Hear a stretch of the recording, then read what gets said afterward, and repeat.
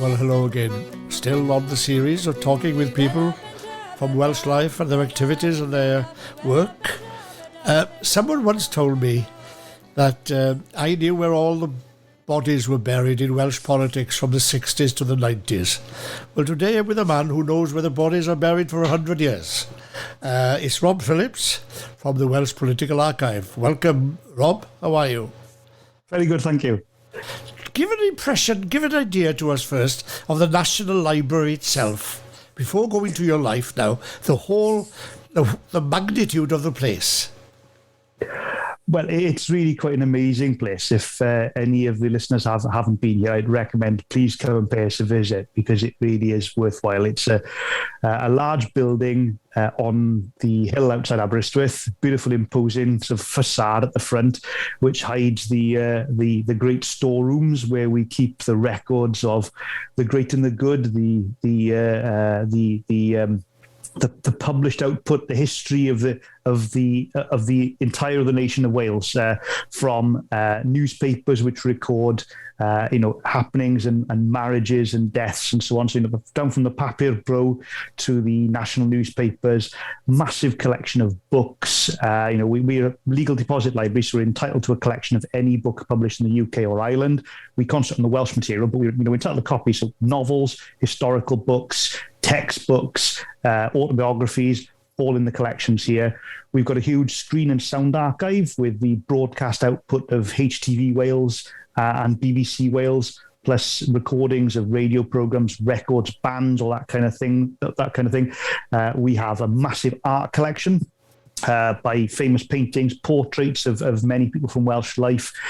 We've got photographic collections recording all sorts of big events, rallies, rugby matches, down to soldiers just before they went off to the First World War.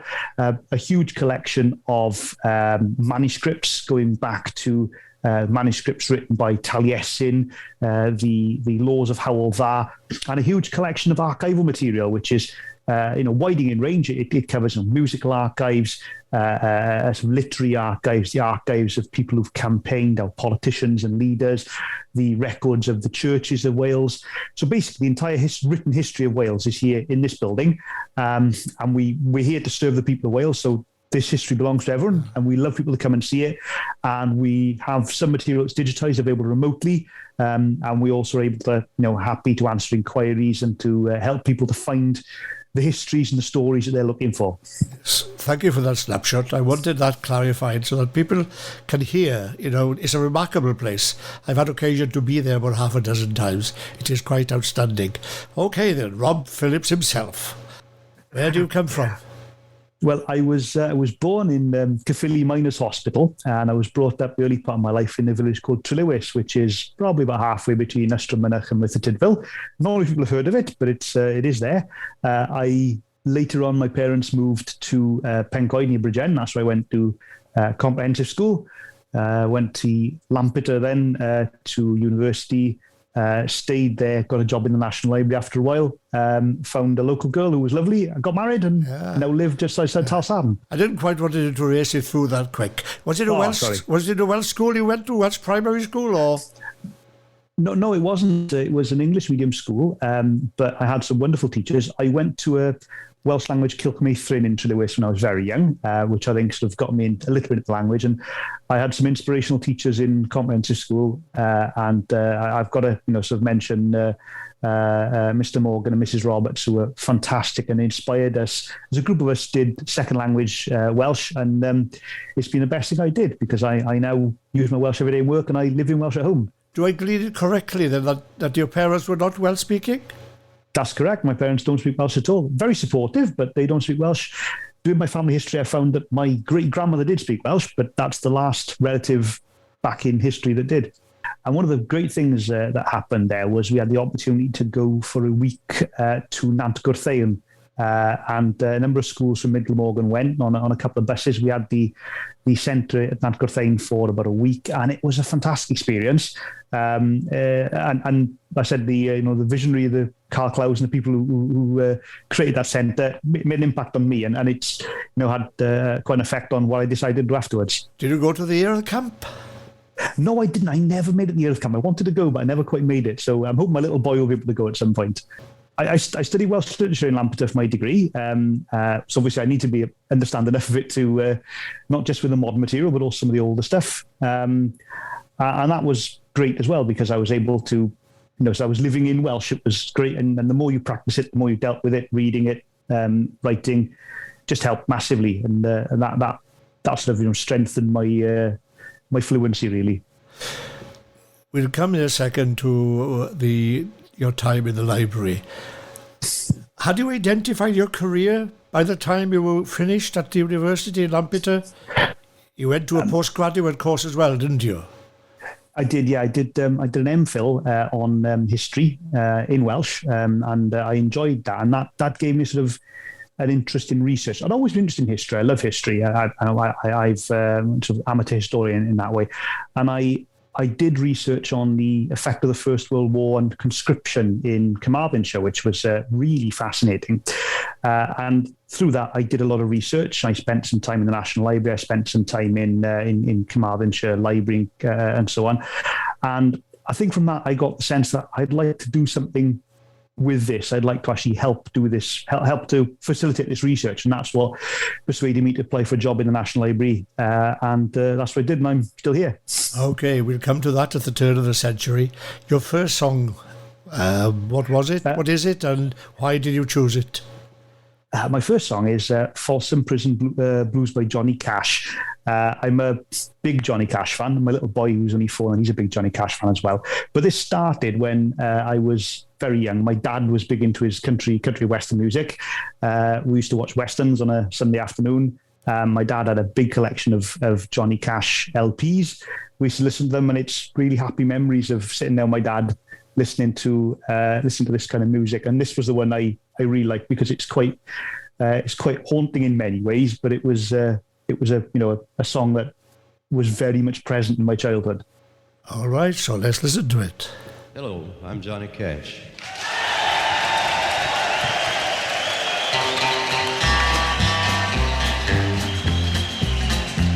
I hear the train a-comin', it's rolling around a bend, and I ain't seen the sunshine since I don't know when. I'm stuck in Folsom Prison, and time keeps dragging on. But that train keeps a-rolling on down to San Antone. When I was just a baby, my mama told me, son, always be a good boy, don't ever play with guns. But I shot a man in Reno just to watch him die. When I hear that whistle blowing, I hang my head and cry.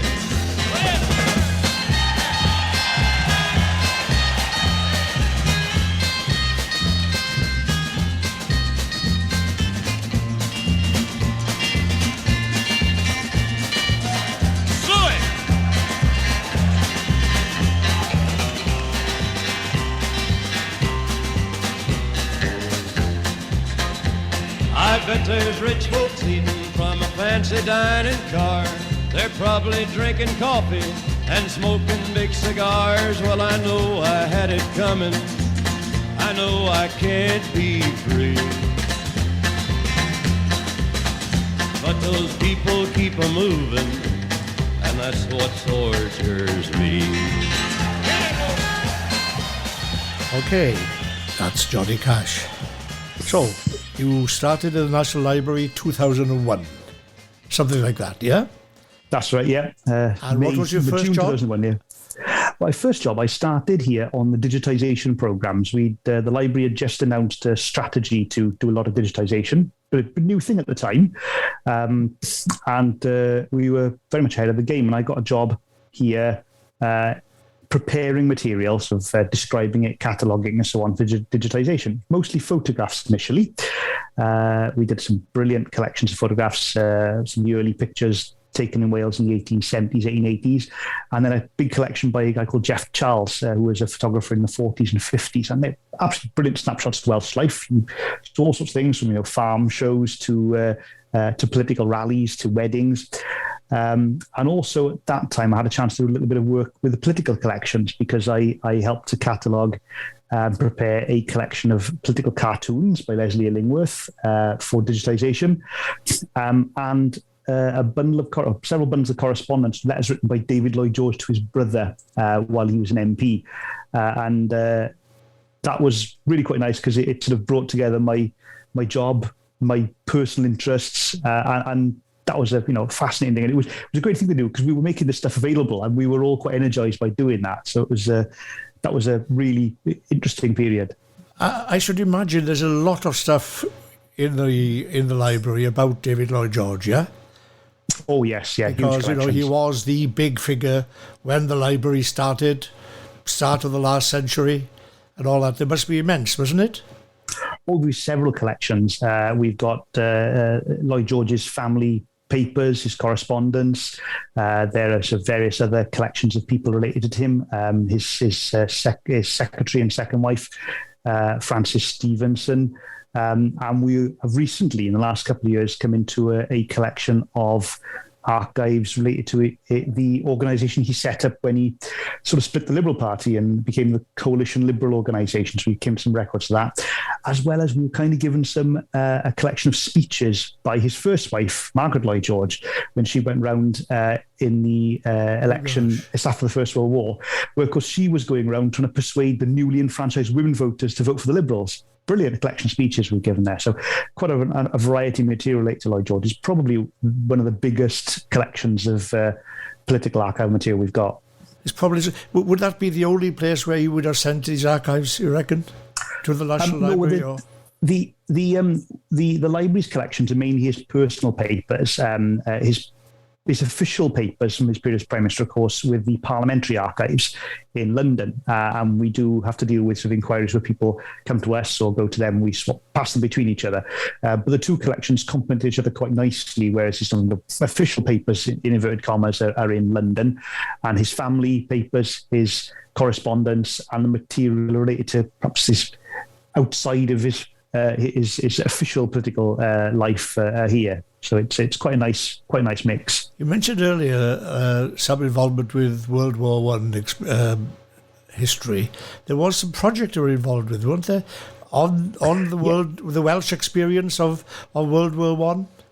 That's right. Yes, I worked on that for a period. We had a big digitization project to digitize a lot of material, mix of newspapers, books, archival material, which would tell the story of Welsh people in the First World War. And that was a really tremendous project. We digitised 4 years' worth of lots of newspapers, which sort of told the stories, just how people were seeing the war.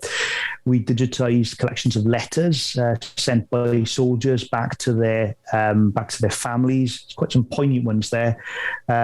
Things like the Aberystwyth Comforts Fund, the records of people who raised money to buy chocolate and cigarettes to send to the soldiers. The records of the Welsh Army Corps, things in there like, the specifications for the uniforms they were buying.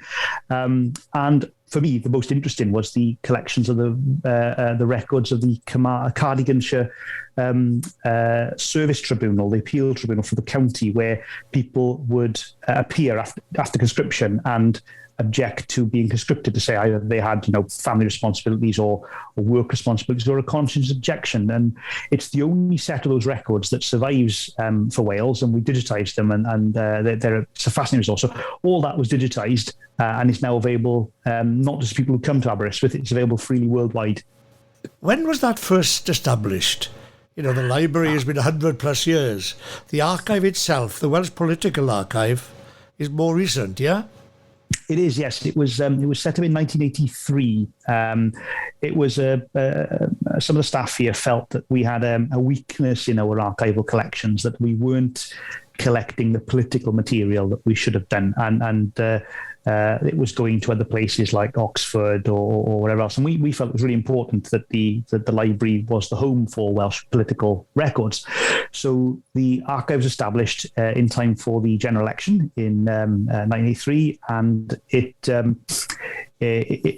aim was to collect the records of individuals and organisations that have played a significant role in Welsh political life.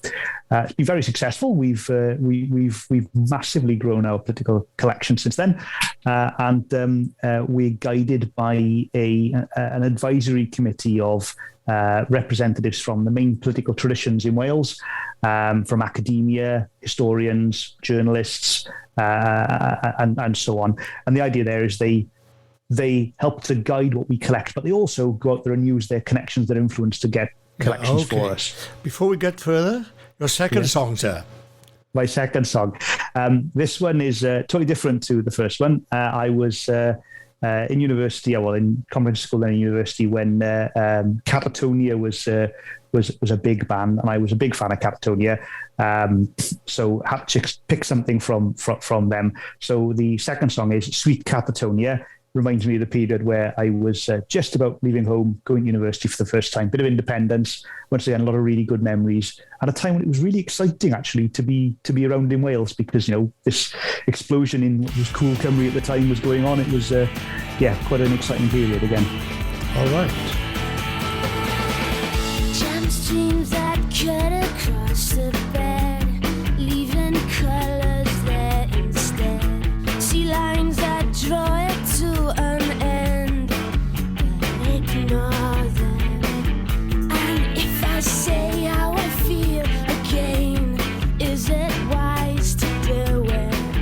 Or like hearing for the umpteenth time, some despise. Don't you fall asleep, there's lots of things I need to say that just won't keep. Sweet, sweet, sweet Catatonia, I should have told ya. Sweet, sweet, sweet, sweet Catatonia, I should have told ya. And with my fears in the back of my mind, will they gang up on me? And when I least expect them to, will they devour me? Don't you turn aside, your tired ears must hear me out, there's nowhere to hide. Sweet, sweet, sweet Catatonia, I should have told ya. Sweet, sweet, sweet, sweet Catatonia, I should have told ya.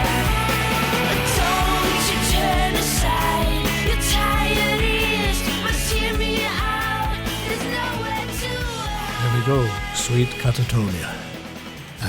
Obviously something that Rob remembers well.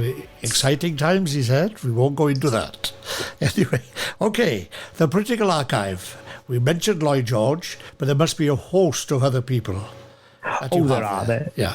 There are. I mean, in most cases, anybody who's anybody in sort of national Welsh politics, their records are here. So you're talking people from David Lloyd George, Gwilym Priest Davis, Peter Hain, Ron Davis, Rodri Morgan, Sir Wyn Roberts. The list is endless. I could go through the list on our website of all the individuals, but all the main political traditions are covered: party leaders, secretaries of state, and of course, since the advent of devolution, sort of first ministers and ministers in the Welsh government.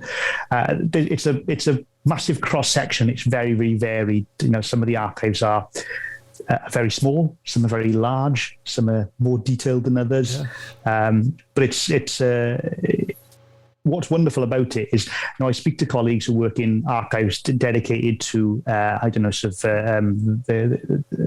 the conservative tradition or the liberal tradition, and those are great because they focus on that particular element. But our archives cross the whole political spectrum, and it's great because I always say to people, if you're looking to study somebody their political career, you need to look at the archives of their opponents as well, because there's a lot of stuff in there you need to look at. So that's one of the great things about the Welsh Political Archive. Yes, well, I've written a couple of books with Alan Gibbard in recent times, and I've had the occasion to go there. George Thomas's archives, John Morris, and Gwynfor, and also the political parties. I was amazed to find out a lot of personal letters of each of these individuals. It's not just minutes of meetings. No. Personal correspondence. Yeah. And that's incredibly useful and incredibly important, because you're seeing the relationships between people. Who did they speak to? Who were their networks? What kind of relationship did they have? Was it, cordial? You'd be surprised at the sort of cordial relations between people from opposing parties sometimes, and the really dysfunctional relationship between people in the same parties. That's fascinating. Right. You see how people develop the ideas. We were recently very kindly donated a collection of letters by Rodri Morgan, which were written when he was a student in Harvard University, and in there you see. Well, obviously, Rodri Morgan we knew as the first Minister of Wales, but you see in here the development of his political ideas and his reaction to the momentous events that happened in the States in the early 60s. It's really quite something. Yeah, well, who gets in touch with you?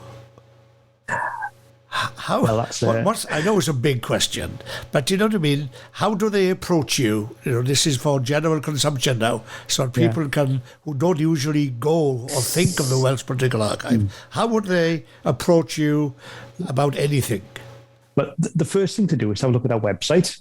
It's library.wales/Welsh Political Archive. And on there, we've got guidance to the collections. There's lists of the main archives. So if you're interested in a particular theme, that'll point you to the collections that relate to that theme. That's the first stage. You can look on our online catalogue, but we're here to help. And if people contact us through the library's inquiry service, then the inquiry will either go to a colleague of mine who will be able to deal with it, or if it's a bit more specialist, it'll come directly to me, and I will do my best to guide people to the resources, be they photographs or archival papers that'll help them. And I love doing that because we solve mysteries. People come to us with a question, and we can't spend huge amount of time doing research work for people, but it's fun when someone says, I know that so and so was there on this particular day. What did they think about it? And I find the diary and you look in the diary, and there's the notes there telling what they really thought what was going on, which is quite often very different to what the public persona said. Do you have to register with you? Would I have to register? Or I can't just go on straight away, can't I? Well, on the website, everything on the website is open access, so you can look at the lists of archives and so on and so on. You can make an inquiry. If you want to use the library to come in and view the archives, or if you want to use some of the electronic resources, you need to register as a library user, and you can do that once again on our website. It's free, and once you do it, everything is open to you. And I said the reading rooms here are a great place to come and work. But I always say to people, do your preparation before you come. Ask us. We'll help you find what you need. And then you can make the most of the time you've got in the reading room, looking at the stuff that's relevant. And I guarantee you'll have a whale of a time because it's brilliant. Yeah. Before going to the third song, I'm intrigued. What's all those boxes behind you? These are things that I'm currently working on. So there's a number of collections which are either in the process of being sorted and catalogued or are waiting in the queue. There's papers by such well-known people as Lord Paul Murphy, Lord MacDonald of Gwaenysgod, who was the last governor of Newfoundland, and the papers of Sir Guildhome Myrddin Evans, who was the UK's representative to the ILO in the 1940s. So those are in the office, either being worked on at the moment or in the queue, and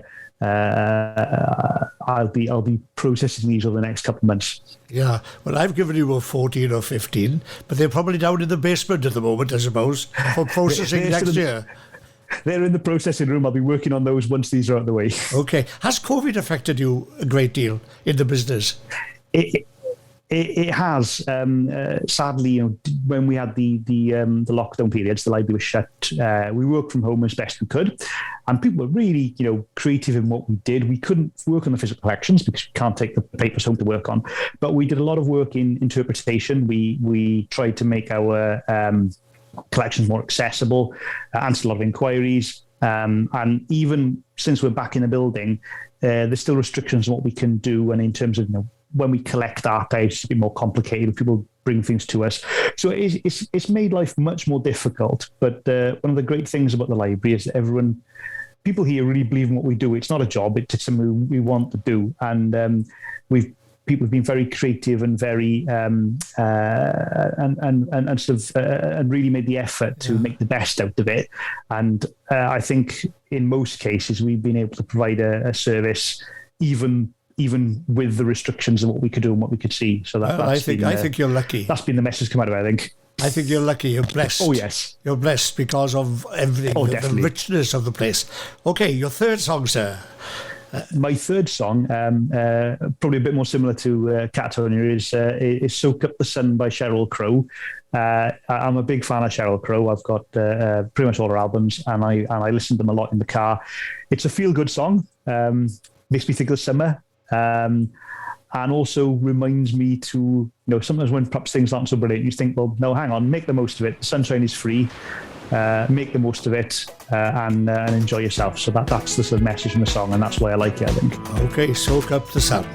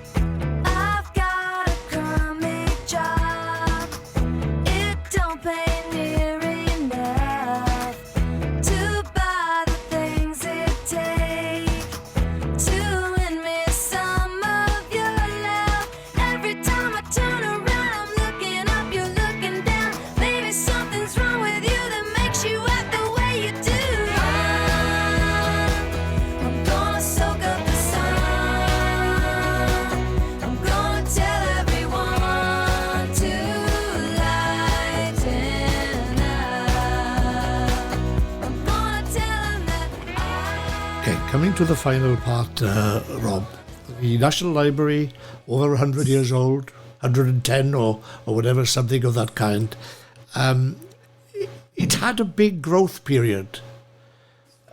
Struggled somewhat after, the last 10 years or so? Is that fair to say? Service-wise, staff-wise, financially? Yeah. When I started here in 2001, we were at the beginning of a sort of a period where, public money was looking a bit more positive in the late 90s, early 2000s. There was this vision of, making the library more open, more accessible. More staff came in to do new things. About 350 staff here when I started. I think that was around about the high 350. Point. It's dropped significantly now. We're just over 200 at the moment, and obviously, the public finances have been difficult over the last 10 years. The library has suffered in terms of funding over that period, and that's meant that we've not been able to do some things we'd have loved to do, and it's been difficult in that sense. But one of the listeners may remember at the start of the year we had a campaign. The trade unions here and some members of the public were concerned about the effects that the budget was having on the library and its ability to do what it was supposed to do for the people of Wales. And there was a bit of a campaign, and I'm delighted to say that the Welsh Government took those things on board and announced additional funding for the library, which has meant that for the first time in a long time we've been taking on extra staff, new staff. We've got trainee archivists starting with us.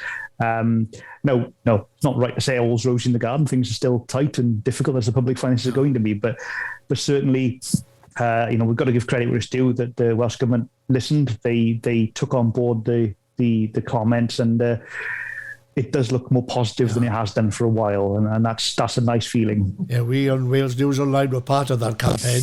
It needs to be on firmer footing now, doesn't it, for the future? Not Indeed, just yeah. for the next year and a Indeed, half, 2 million or so for a year and a half. It needs to be a firmer... Everybody needs to understand the value of the National Library of Wales. It's a treasure. Well, thank you, Rob. That's been most enjoyable. People now know far more about the political archive and your work. And looking from you there, you look very happy in your work. Diolch yn fawr. Diolch yn fawr, Rob. Croeso. Diolch yn fawr. You've been listening to Gwynoro's People on Talk Radio Wales. The interviewer was Gwynoro Jones talking to Rob Phillips of the National Library of Wales. The editor and producer was Alan Evans. The chaff wheels turn for the last time in the Rhondda tonight. The Davy lamps that shone so brightly, there's no more need for their light. As the last piece of coal is cut from the belly of the black sea hole, a man walks home alone, past the church full of mourning souls. Throughout his lifetime he has fought, he has given his life. In tears the congregation sing, come round the